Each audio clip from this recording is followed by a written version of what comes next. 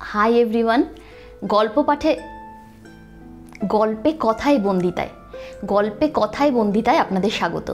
কেমন লাগলো নামটা? একই রয়েছে, একটু সামান্য চেঞ্জ করেছি, কারণ আমি একটা অন্য নাম ভেবেছিলাম প্রথমে। তো নামটা মানে গল্প পাঠে বন্দিতার থেকে অনেকটা আলাদা। তখন আমি ঠিক করলাম তাহলে ঠিক আছে, পাঠেটা সরিয়ে দিয়ে আমি কথায় করে দিই, কারণ ব্লগে তো আমি কথাই বলছি তোমাদের সাথে, আর এখন তো শুধু গল্প পাঠ করছি না। তো গল্প পাঠে বন্দিতা এখন গল্পে কথায় বন্দিতা, ঠিক আছে? আর নামটা কেমন লাগলো অবশ্যই কমেন্ট সেকশনে জানাতে ভুলো না। আর একটা কথা বলার, সেটা হচ্ছে যে আমি যেটা আগেও বলেছিলাম, আমার একদম সাবস্ক্রাইবার বাড়ছে না। যারা নন সাবস্ক্রাইবার তারা বেশি ভিউ করছে চ্যানেল সাবস্ক্রাইবারের তুলনায়। তো তাদের উদ্দেশ্যে আমি বলছি যে প্লিজ আপনারা দেখছেন আমার চ্যানেলটা, তার জন্য আমি সত্যিই থ্যাঙ্কফুল, কিন্তু যারা সাবস্ক্রাইব করেননি তারা একটু প্লিজ সাবস্ক্রাইব করে দেবেন, কারণ আমার চ্যানেল ভিউতে নন সাবস্ক্রাইবারের সংখ্যা বেশি সাবস্ক্রাইবারের থেকে, ভিউজ সংখ্যা। তো সেই জন্য তাদের উদ্দেশ্যে বলছি, কাইন্ডলি প্লিজ প্লিজ প্লিজ একটু সাবস্ক্রাইব করে দিন আমার চ্যানেলটা, যারা যারা এখনও করেননি। আর যারা করেছেন তাদের তো অসংখ্য ধন্যবাদ, অসংখ্য ভালোবাসা। গত মাসে শান্তিনিকেতন গেছিলাম 13ই মে, তো সেই ব্লগটা কমপ্লিট করলাম, করে তোমাদের কাছে নিয়ে আসলাম আজকে। আর শান্তিনিকেতনে আমরা 2 দিন ছিলাম, তো 4 জায়গায় ঘুরেছি, তো সেটা 2টো পার্টে ভাগ করে তোমাদেরকে দেখাচ্ছি। তো আজকের ব্লগে আছে শান্তিনিকেতনে যাওয়া, সেখানে গিয়ে বিশ্বভারতী মিউজিয়াম দেখা, সুরুল রাজবাড়ি যাওয়া, এই 2টো পার্ট অবধি রয়েছে। আর নেক্সট পার্টে আসবে যে সোনাঝুরি যাওয়া, তারপর কোপাই নদী যাওয়া, এটা আছে নেক্সট পার্টে। তো আর দেরি না করে চলো দেখা যাক আজকের ব্লগটা। যাত্রা শুরু, সঙ্গে রয়েছে দাদা, আর ও হলো ভটু। ভটু হচ্ছে আমার পিস্তুত দিদির ছেলে, আর আছে মা, আমরা এই আর আমি।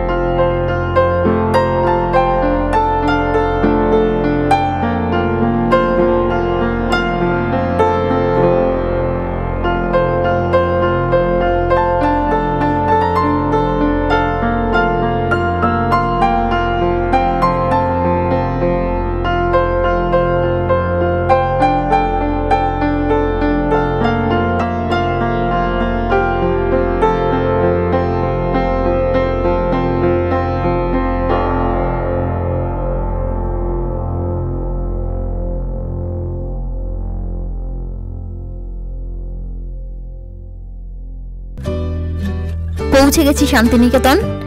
পৌঁছে গিয়েই হোটেলে জিনিসপত্র রেখেই বেরিয়ে পড়েছি বিশ্বভারতী মিউজিয়াম দেখতে, কারণ আলো আছে এখনো। ভটু নাকে সর্ষের তেল দিয়ে ঘুমোচ্ছে, তাই আমরা 3 জনেই বেরিয়েছি।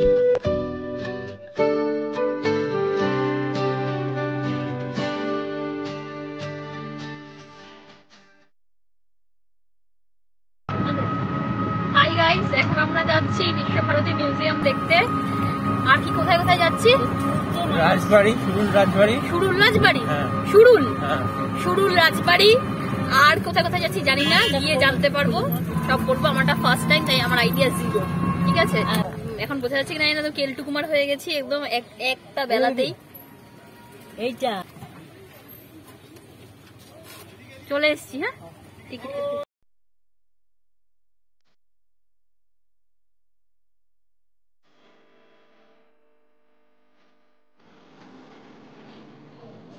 টিকিট দেখিয়ে দিলাম। আসলে কি টাইম আমরা যে মেক করেছি বলে অন্ধকার হয়ে গেছে। বেলা এখন সবে কটা বাজে, 5টাও বাজেনি। তাহলে কি সুন্দর পাখি ডাকছে।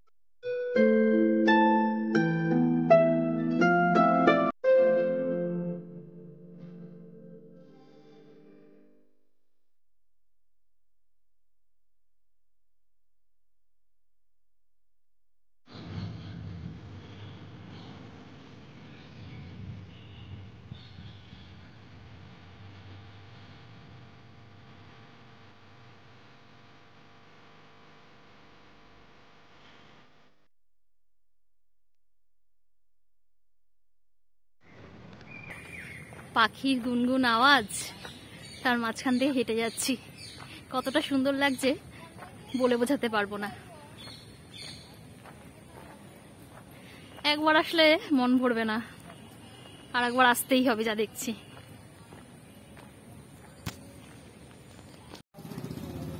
এই যে রাজবাড়ি চলে এসেছি আমরা।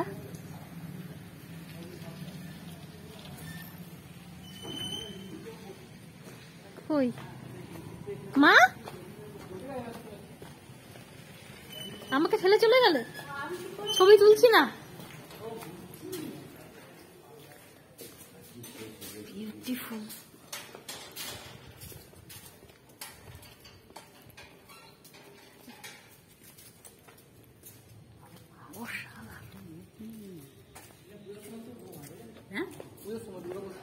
দুর্গাপুজোর সময় খুব ভিড় হয়।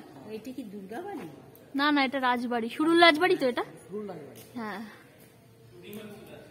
তাই? কোথায়? আকাশ আটে শুটিং হচ্ছিল। বিবেকানন্দ।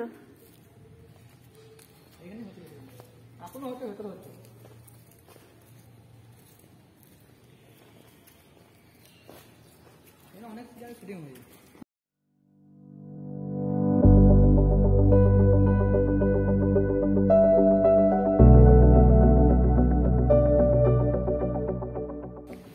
কেমন থমথমে না পরিবেশটা, ফাঁকা, কেউ নেই, একটা ভয় ভয় লাগছে, কেমনটা লাগছে। এত পুরনো একটা রাজবাড়ি, কি সুন্দর আলপনা করা। দুর্গাপুজোয় পুরো রূপটাই বদলে যায়। দেখো কি সুন্দর, পায়রা ডাকছে।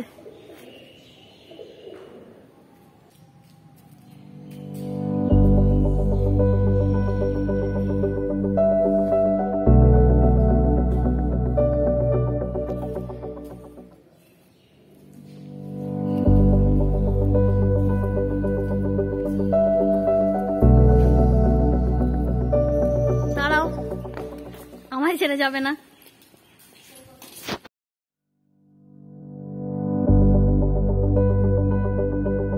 শুরুর রাজবাড়ি থেকে বেরিয়ে ঠিক তার পাশেই একটা মন্দির মতো রয়েছে, সেখানে যাচ্ছি।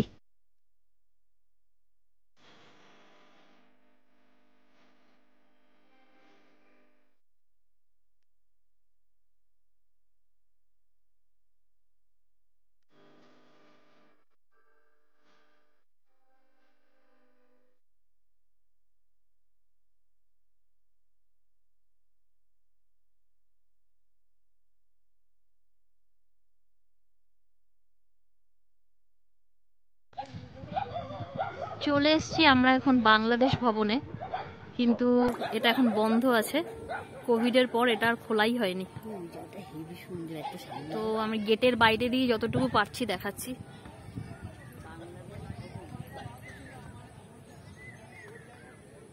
এখানে টাইমিং লেখা আছে, কিন্তু এটা খোলে না এখন কোভিডের পর। জায়গাটা একটু দেখিয়ে নি, পুরো দুদু প্রান্তর জায়গাটা খুব সুন্দর। মেঘ করে এসছে, বৃষ্টি নামবে বলে। এটা বাংলা বিভাগ। এই যে বিদ্যা ভবন অঙ্গন। আকাশ কালো করে এসছে, তাই আর অন্য কোথাও যাওয়ার রিস্ক নিলাম না। Back to hotel.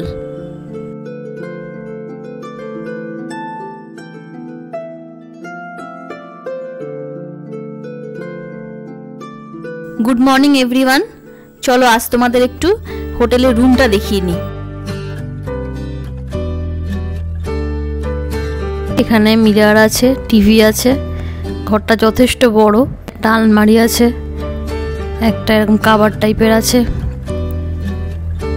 এখানে একটা ছোট মিনি কাভার টাইপের আছে, দুটো মিনি কাভার আছে। আর এই পাশের এটা হচ্ছে বাথরুম।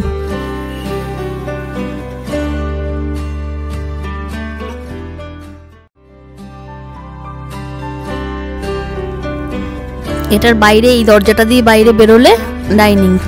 হোটেলের ক্যাফের মেনুটা দেখিয়ে দিই। কাসাহারা দা ক্যাফে, এটা বেসিক্যালি ক্যাফেই। এটি 8 বছরের পুরনো একটি ক্যাফে। এই মার্চ মাস থেকে এটিকে হোটেল করা হয়েছে, মানে থাকার ব্যবস্থা করা হয়েছে এখানে। যেহেতু এটি ক্যাফে হিসেবেই বেশি জনপ্রিয়, তাই এখানে খাবারের দাম তুলনামূলক কস্টলি, কিন্তু খাবার খুব হেলদি আর হোমলি। তবে এদের একটা ব্যাপার আছে, এরা সকাল 9টার আগে চা দেয় না, মানে সকাল 9টার পর চা ব্রেকফাস্ট। বাইরে প্রচন্ড রোদ, প্রচন্ড। আমি বাইরেটা দেখানোর চেষ্টা করছি, এই যে বাইরেটা আম গাছ আছে, ছাদ আছে একটা। মা বলছিল আজকে মানে কিছু করার নেই বলে সকালে মা ছাদে গেছিল, আমি যাইনি আর রোদের জন্য, প্রচন্ড রোদ। এটা হচ্ছে বাইরেটা। দাঁড়ান, এই যে বাইরেটা।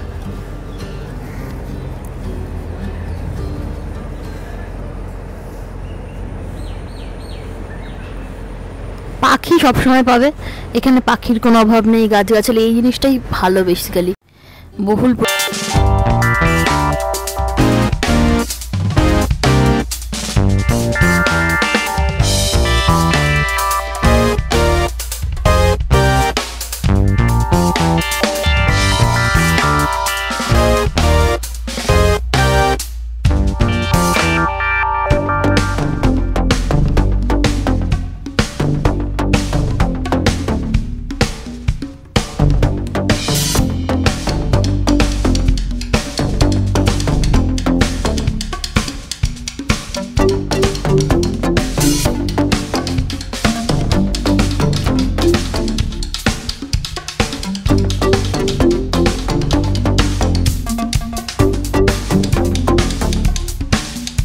নড়তেই চায় না।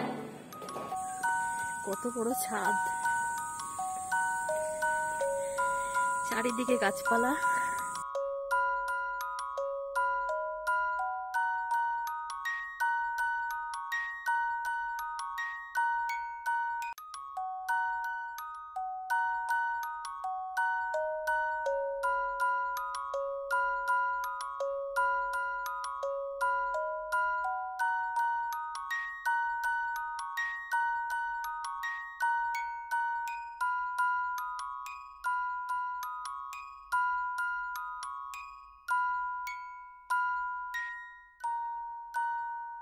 মিনহোয়াইল আমার দাদা সুবর্ণরেখা থেকে এই স্ক্রিপ্টগুলো কিনে এনেছে। সুবর্ণরেখা হলো শান্তিনিকেতনের একটা বুক স্টোর, তোমরা সবাই জানো যারা গেছো। আমার খুব যাওয়ার ইচ্ছা ছিল, কিন্তু ও নিজেই একা একা চলে গিয়ে এই স্ক্রিপ্টগুলো কিনে এনেছে। আমাদের লাঞ্চও চলে এসেছে, ঘরোয়া খাবার একদম ভেজ থালি, পটলের দোরমা, শাক, পাঁপড়, পোস্ত, ডাল, আমের চাটনি। কালকে টমেটোর চাটনি দিয়েছিল। কালকে এত তাড়ায় ছিলাম যে কালকে আর ব্লগ করতে পারিনি। কালকে ফিশ থালি নেওয়া হয়েছিল, আজকে ভেজ থালি দুটো আর একটা এগ থালি। এগ এখন আসেনি, এগ আসছে। লাঞ্চ করে একটু রেস্ট নিয়ে আমরা সোনাঝুরি আর কোপাই নদী দেখতে গেছিলাম। সেইটা পরবর্তী ভ্লগে আছে, দেখা হচ্ছে পরবর্তী ভ্লগে।